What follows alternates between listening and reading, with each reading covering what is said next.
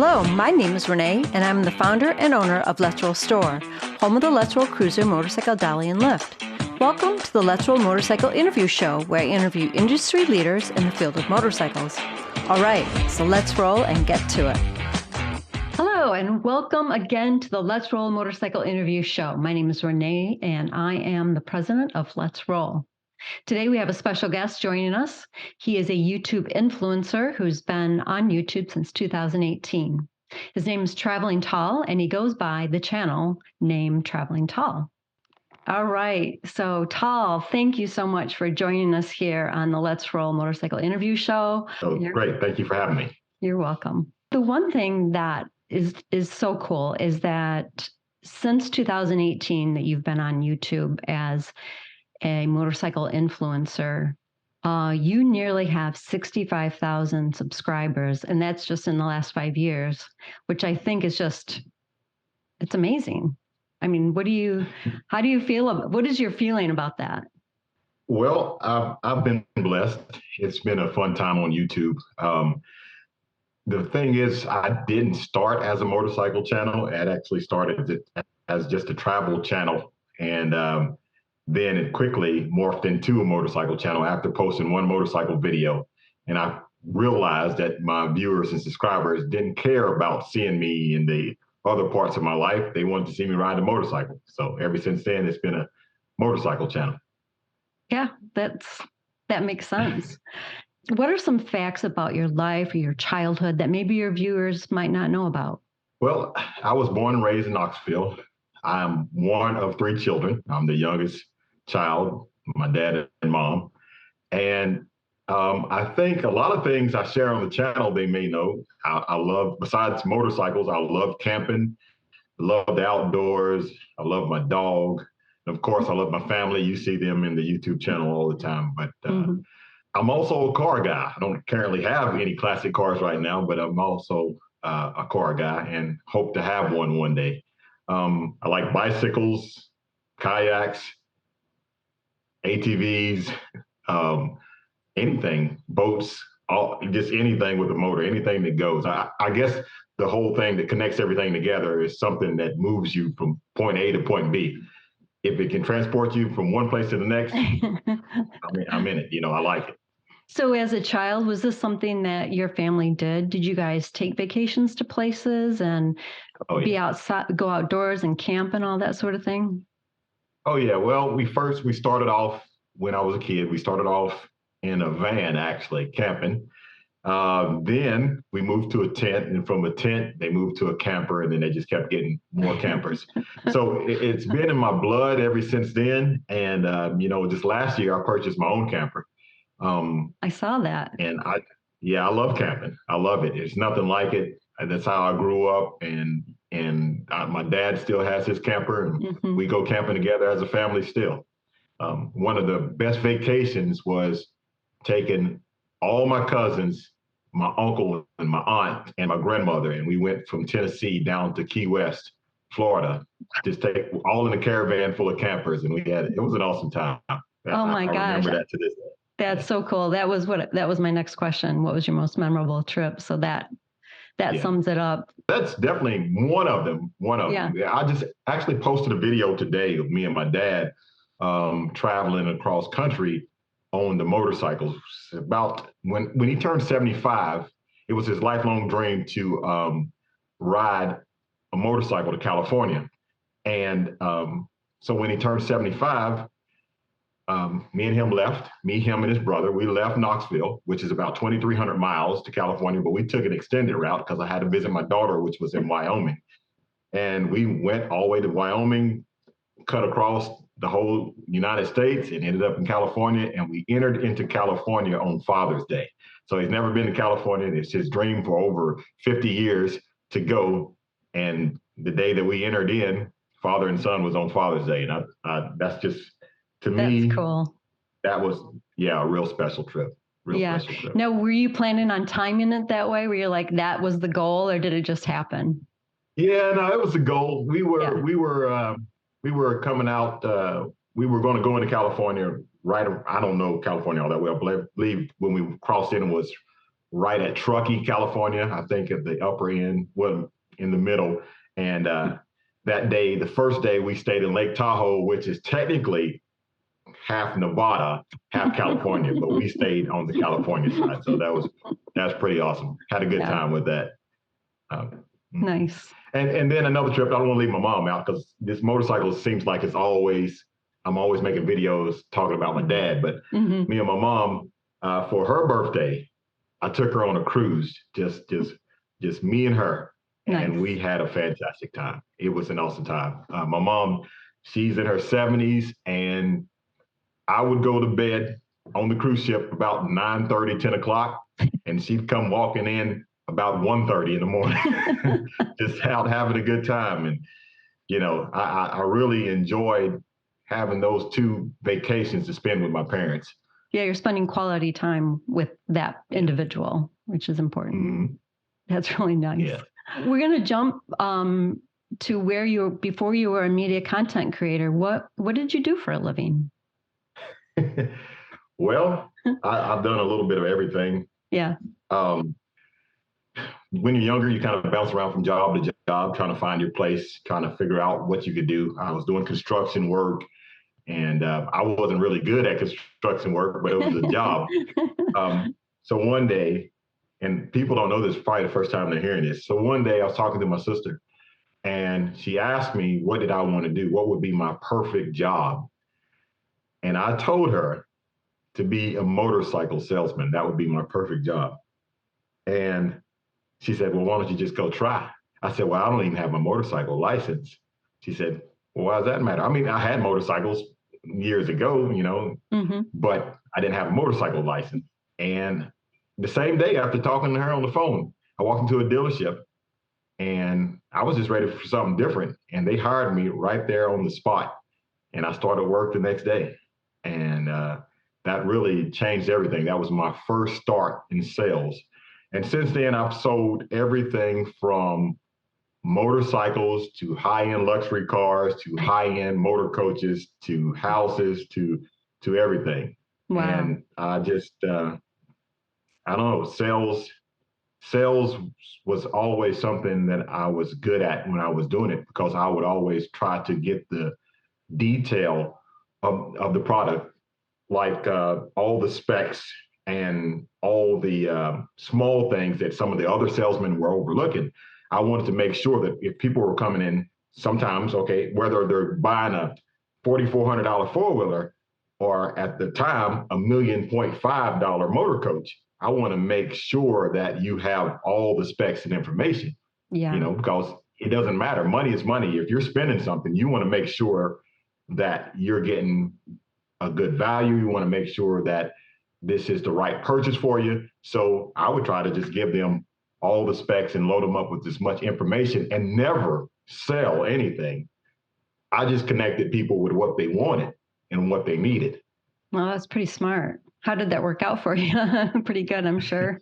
Yeah, it did. I got a bunch of awards for selling. At the time when I was selling motorcycles, I was, and it wasn't Harley Davidsons. Yeah, people are going to be shocked about that too. But at the time I was selling motorcycles, I was the #1 salesperson in the Southeast for this motorcycle system. And then I left motorcycles because someone came up to me and said, hey, you could do a whole lot better by selling cars. And I went to the car dealership, but I can't sell anything that I don't believe in. I can't do it. If I were to go to a place where they sold minivans, you know, that wasn't really my thing. So I didn't believe in it. So I could sell what I believed in. That makes sense. Yeah. You know, it comes from the heart then. And you can tell when you talk to somebody when they're selling you something that they're passionate about it. You know, it makes a difference. Right. But it really makes me hard on salespeople now. So if I walk into a dealership and I'm talking to a salesperson and they don't know anything about their product, that's a real big deal for me. You know, yeah. I think if you're selling something, you should be educated about it. Yeah, exactly. So your career kind of did evolve into what you're doing now then. I mean, in a sense, right? Well, I mean, there was a huge gap between there. I've done everything, Renee. I even a lot of people don't know this. I had an online gospel radio station. Wow. That I had. And there's a couple of things that type of media thing helped me to learn a couple other things in social media. I always liked to edit and record and play around with cameras way before YouTube ever came up, way before that came up. And I was the person that would be at the family reunion with the camcorder and showing everybody the video like the next day and you know, making DVDs and VCR tapes and handing them out to people for them to watch later on. Nice. So I was learning how to edit, and I always liked to do it. I really enjoyed it. So when it came to filming motorcycles, yeah, I guess you're right. Some of the things that I had done in the past and my love of video just kind of came together, and then came a YouTube channel. Okay. What was the first thing like you posted? I think you told me this, but I can't remember what it was. And you weren't happy about it, right? You were kind of discouraged. Yeah. Well, the first thing that I posted on YouTube years ago, I came back from a cruise, and I had video of all of that, the cruise ship, because I thought it would be good. I thought it'd be good information for people to know what to do and not to do and all this stuff. And I put that out, and it may have got 100 views over 3-4 months, which I was still excited that 100 people watched it. But truthfully, I probably watched it 95 times myself. Then I was putting other things out, little videos of the dog, videos of just different things, travel stuff, and hence Travel and Talk. Then I got another motorcycle. I got a Harley Davidson motorcycle, my 2014. I bought it pre-owned, 2014 Street Glide. And I made a video of me and my brother-in-law, Leonard, going down to Huntsville, Alabama, Redstone Harley Davidson.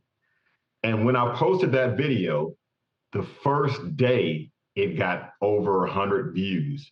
And that, to me, that was huge. I was like, oh my goodness, this is huge. This is it. I was so excited about it that it got over 100 views. And then I posted some more videos of the travel stuff and vacations and stuff, and nobody wanted to see that.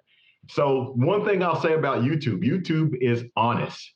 So the motorcycle, they were interested in the motorcycle. Yeah. And then I started putting on lights and doing installs on the bike, and the views just kept going up. And then here we are. There you go. Love it. That was what I was looking for. So I know you were born in a Harley Davidson family, pretty much, right? Your dad had a Harley. Yeah. So does everyone in your family ride, or? Yeah, but it didn't start with my dad. It started with my great uncle, who is 95 years old. His last Harley he bought when he was in his 80s, like 85, 86, and he got rid of it probably about 4 years ago or something like that. Yeah, so it started with him back in the 1940s or somewhere around there, where he had his first Harley Davidson, and he got my dad interested in Harleys because he took my dad for a ride on it when he was a kid, and my dad said he wanted a Harley ever since. So that got him into it. But when I grew up, my mom and dad, they was riding Harleys before I was even born. And in the garage, there was always a Harley in the garage. It's just, just like something that was always there. It's like a family tradition that's been passed down. So I fought it for a long time. I rode Suzuki's, and then one day I walked into a Harley dealership and saw the brand new, in 2006, the brand new Street Glide, the new model from Harley Davidson. And that was the bike that did it for me. I looked at that motorcycle and I said, that's it. That's what I want to ride. And it wasn't till like almost 8 years later, 10 years later, before I bought a Street Glide and gave up the sport bikes, because I was riding sport bikes. And ever since then, I've had a Street Glide, and I've been a Harley guy. And now my nephew, you see him in the videos. He's growing up Harley. My nephews, both of them, they're growing up Harley the same way. And my mom rides with my dad. My sister rides. My brother rides. My uncle rides. All my cousins, most of my cousins ride. My friends ride. And when I say ride, I'm talking about Harleys. When we get together as a family, it's easy to have 10 or 11 Harleys in the pack. So you and your family were featured in the beautiful Harley Davidson commercial in 2021, right? Mm-hmm. And this year, you and your dad were seen in the Harley Davidson commercial. And I saw the whole clip of you guys out in the desert. Where was that at? In Arizona? We were actually in Utah. You were in Utah. Yeah, it's a place called Antelope Island. I think Antelope Island in Utah, and it was pretty awesome to see those buffalo. They wasn't very far away from us, and we were just standing there, and they was filming video. Me and my dad was just looking out at them, and we were closer than we should have been, I guess you'd say. But those animals, you don't really realize how big they are till you're that close up on them, but they are beautiful animals, and it was just a beautiful scenery out there, and I'm so glad that I got to do that. I'm glad that I got to experience it with my dad, and that meant a whole lot to me. Of course, it meant a lot to be able to go out there and ride motorcycles with him, since Harley has meant so much to him for so many years. But, it wasn't about the motorcycles. It was more about the time that we just got to spend. And I knew as I was sitting there, you're not going to ever forget this day. And he's not ever going to forget this day. This is just something that's just beyond motorcycles, It was really special. And absolutely. I'm grateful for that opportunity. And I'm also grateful that Harley invited us to do that. That was so how did that come about? Well, I guess from the first video, they've been watching my YouTube channel, making videos, riding Harleys, and having my family in there and stuff like that. And the first video, they came to Tennessee and filmed the video here on the Foothills Parkway, one of my favorite rides. And from there, I've done several press launches with Harley Davidson, going to their rides and doing different things. But when they wanted to do the 2023 model launch, they were looking for, I don't know if they were looking for a father and son, or they said, I don't know what they were looking for, but they was like, hey, Tall, we want you and your dad to come out here to Salt Lake City. We came out there. And we didn't know what we was riding until we got there. And yes, I could have picked the Street Glide, but I was like, hey, I'm gonna let you ride the Street Glide, and I'm gonna ride the Road Glide there. We had a great time, and it was really, really awesome. What did it mean to you and your dad personally to represent the brand? It's kind of like, I bet that was like I don't know. It's just like so much to it, right? Yeah, it's really cool. The thing about it is, I feel like when people are talking about it, they're talking about somebody else, because it doesn't feel real to me. And sometimes it just seems like they're talking about somebody else. Like, I'll go into a dealership, and it's still strange to see those posters in the dealership with me and my dad on it. That's strange to see, you know what I mean? And to go on the website, if I'm looking at something, harleydavidson.com, and I go to a Street Glide or a Road Glide, and I see me or my dad's picture, that's still pretty strange. I don't know if I ever get used to seeing that, but I can't. So I just wondered, what was your dad's reaction when you're like, hey, Dad, guess what we're doing? Well, his reaction was, I told him, I said, hey, we're going to Salt Lake City to be in a Harley commercial. And he's like, we're going to ride at age 78. Yeah. I was like, no, we're going to have to fly. Well, he doesn't like planes. He's like, oh, no. I said, you going to fly? He's like, yeah, I guess I will. I guess I'll go ahead and fly. So yeah, he got on the plane and we went out there, and that was fun. That was fun within itself, getting him on the plane. And we got out there, we stayed in a nice hotel. Nice. It's his first time taking an Uber. We are Ubering around Salt Lake City. Then we got on the these little scooters. At age 78, he's riding one of those little bird scooters. Did you get that on video? Yeah, I got that on video too. So we had a good time doing that. We were only there for a day and a half, so it was kind of tiring. Yeah. But it was a really good time. It was. And he enjoyed it. I'm sure. Yeah, we talk about it a lot. Even to this day, we still talk about how fun it was. That's so cool. So let's jump over to your YouTube channel here. And you assure your viewers that your videos are family friendly, right? Mm-hmm. So why is that important to you? It's important to me because I always said that if the children that's in the Wednesday night Bible study at church or Sunday school at church can't watch my channel, then I don't want to put anything on there that someone can't sit down with their family and watch.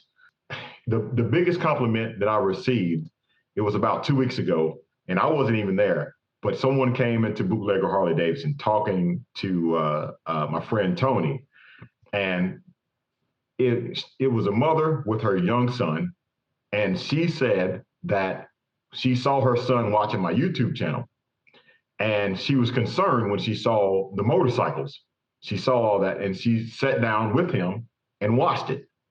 And she watched a couple of them. She said, he can watch this channel. She told the guy, he can watch, the young man, he can watch it anytime, because after watching it, she knows that there's not going to be anything on there that he doesn't need to see. And that was a great compliment, because I want to show people that you can't classify every motorcycle rider in the same, put them in the same box. We are all individuals. We're all different. And I want to say this, there's nothing wrong if someone chooses to live and do something their own way. I'm not here to condemn them. They do it their own way. But sure. I want to show people that we are a diverse group of motorcycle riders, and you have people from different walks of life that love riding motorcycles. Mm-hmm. And that's why I love YouTube. There's so many different channels. If you want to find someone who's interested in the motorcycles that lives a lifestyle that you live, then more than likely you can find them. But as for me, I was raised up in the church. We would go to church every Sunday. My mama would drag me to church every Sunday, and I didn't want to go as a kid. I'm not going to tell a lie about that. Sure. But, so I was raised up in the church, and when I got a little bit older, I strayed away from it and did my own thing and had to fall and hit my head a couple times. And then I realized that piece that I was missing in life was that foundation that my mama put in me from taking me to church. That's how I believe. That's my faith, and I want to make sure that I'm representing my faith well. And that's what I want to do. I don't want to live one way and act another way on YouTube. Right.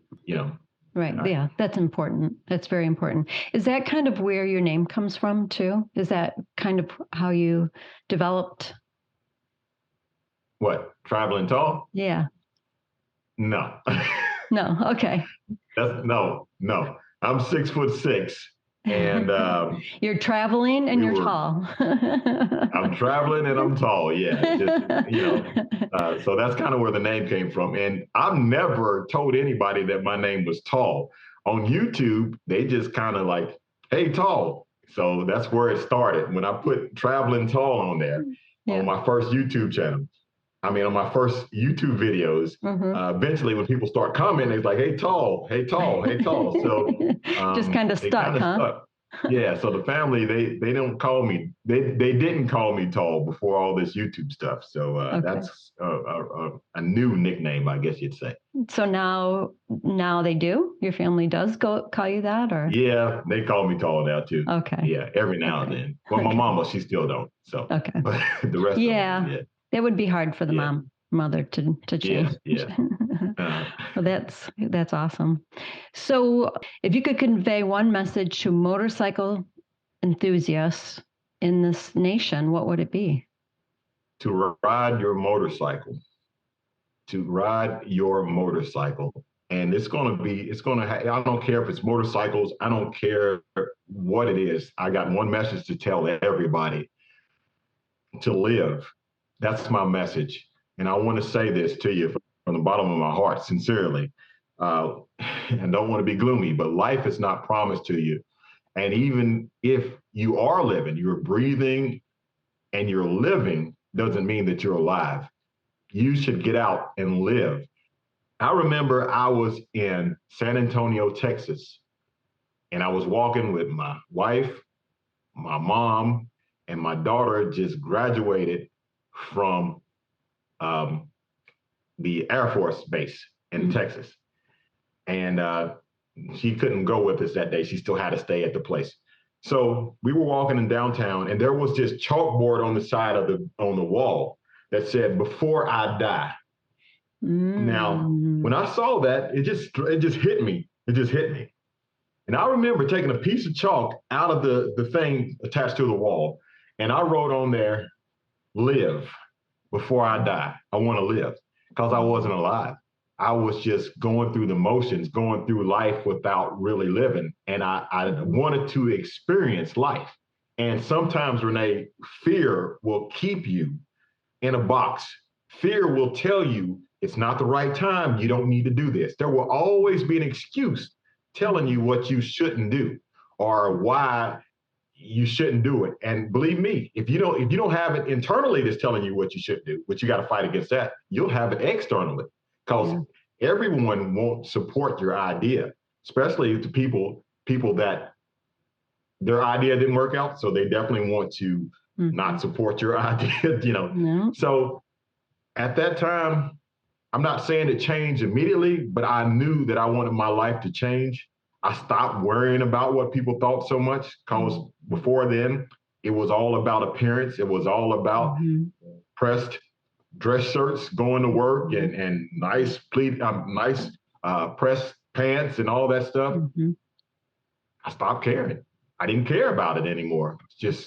I wanted to be happy. And when I got that motorcycle and I got out and I was riding it, and the wind was blowing, and the motorcycle, just you hearing the noise of the engine, and the scenery is changing right before your eyes, that everything is new.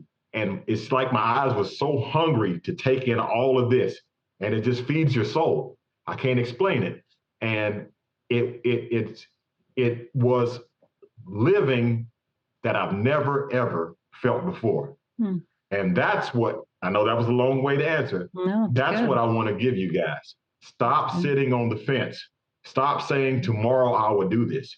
For a lot of you, today was yesterday's tomorrow. So if that makes sense, if you think about it, you've said for a long time that I'm going to do it tomorrow. I'm going to do it tomorrow. Well, tomorrow's came and went. Stop putting it off. Let's start living. Absolutely. All right. I love it. I think that's an awesome way to end our interview here with, and I think that will relate to a lot of your followers, because honestly, I think a lot of people ride motorcycles for that reason, just the freedom and getting out and new environment and just feeling like you were describing, and for each person, it's different, right? So thank you for that. I think that's an excellent message to send out to everyone. So we're going to end it there. Yeah, no problem. That was amazing. So once again, thank you, Tal, for joining me here on Let's Roll. It was totally a pleasure to have you here. Loved all the stories, and I'm sure everyone's going to enjoy watching this. So thank you. Thank you, Renee. I really appreciate it.